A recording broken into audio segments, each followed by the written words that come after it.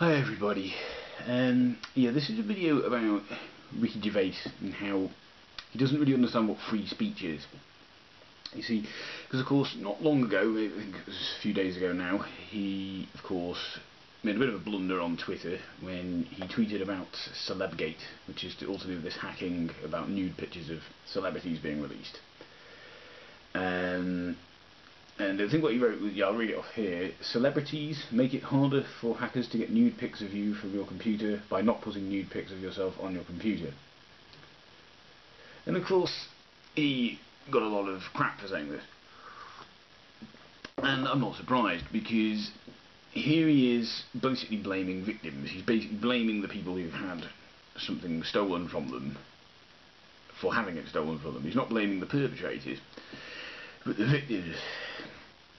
Now, following the angry reaction he got off a lot of his followers on Twitter, was to say what we all do in situations like this, when we've told a joke that just isn't funny, or just bombs, that just really goes down like a lead balloon.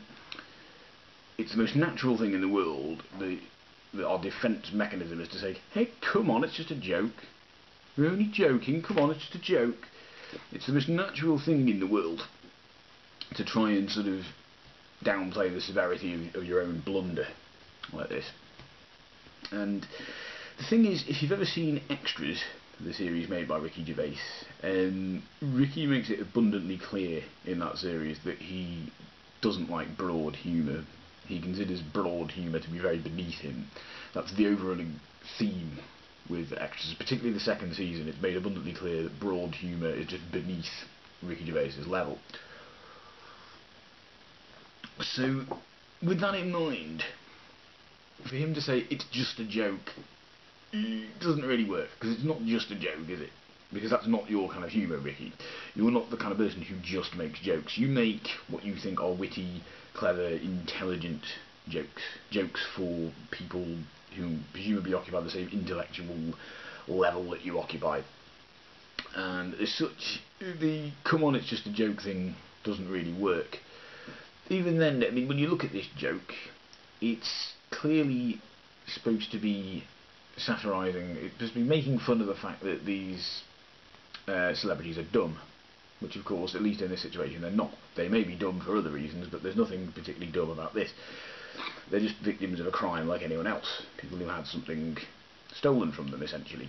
And, you know, they're no dumber than someone who has their bike stolen out of their garage, for example. That's really, you know, they lock the door, they put their possessions in there, they lock the door, someone still breaks in.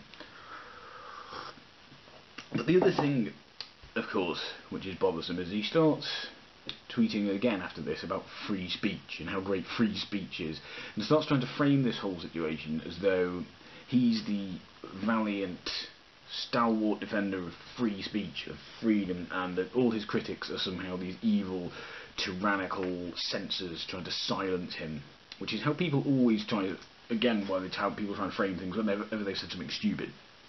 They always try and imply that, you know, their freedom is somehow being infringed upon. And they always try and make the people calling them out on their stupidity seem like the bad guys, you know, the censors, the oppressors.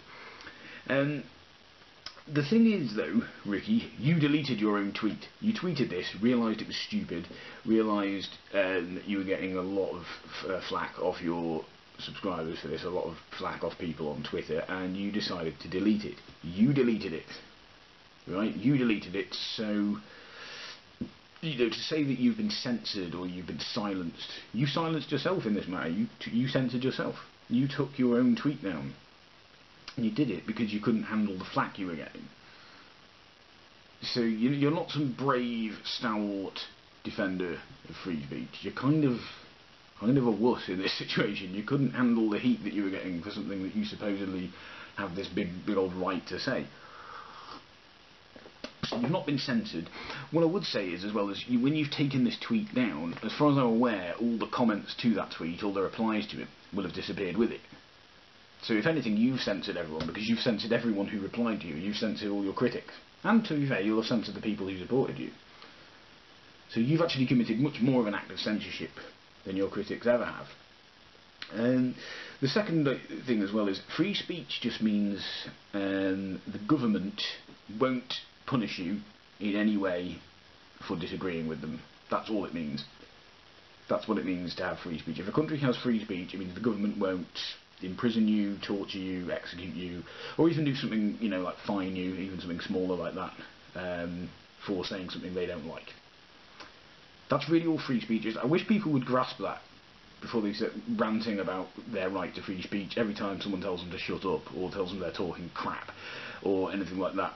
They should realise freedom of speech is something that's granted you by the government, and it isn't freedom from criticism. So people can still tell you that you're talking absolute shite if they want. They aren't doesn't in any way make them opponents of free speech.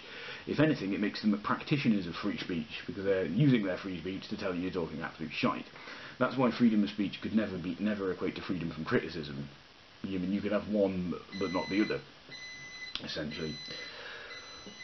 So really, unless it was the government who deleted your tweet, which it wasn't, it was you, or if the people, the critics responding to you, were saying that you should be banned from making these tweets, if you were saying you should be, if they were saying you should be arrested for making these tweets or something like that, then yeah, you could possibly justify somewhat this little mini rant you're having about free speech.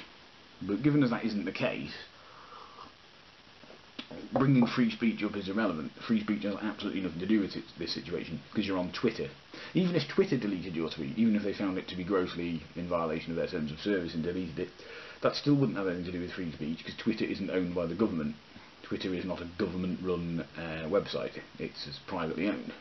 So the company that runs Twitter are not... They are not obliged to give you free speech. They are not bound by agreements made between you and the government. So, essentially there, Ricky Gervais does not understand free speech, and he's not alone in this. There's quite a lot of people, especially people I encounter on YouTube, who don't seem to understand what free speech is. They seem to think it's their right to say whatever they want, whenever they want, to whomever they want, however they want, without fear of any consequences, without fear of criticism. That just isn't the case. Not in any country you go to, and it certainly isn't the case when you're using a privately owned website. The other thing Ricky Gervais said was, well, I think he said that hurt feelings are the collateral damage of free speech. And it's a bit odd. That's a bit of a clumsy metaphor. Collateral damage usually refers to damage you don't intend to cause, but is an inevitable result of what you're doing. So you're doing something, you don't want to cause this damage, but if you don't cause this damage, you can't do what you're trying to do. If you're actually making fun of someone directly for the purposes of humour, that's not collateral. Their hurt feelings aren't collateral damage, they're the intent. That's what you're intending to do.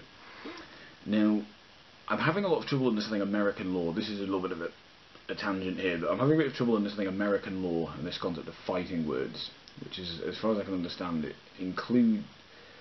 fighting words includes this idea that sometimes words in and of themselves can hurt people, basically can cause injury, and that seems to be what they're saying. Although the American law seems very, very inconsistent into how it enforces fighting words. It seems to vary state to state, and then it seems to, the Supreme Court seems to have been very inconsistent in how they do and do not enforce this unprotected form of speech. Anyway, let me know what you think, everyone. Goodbye.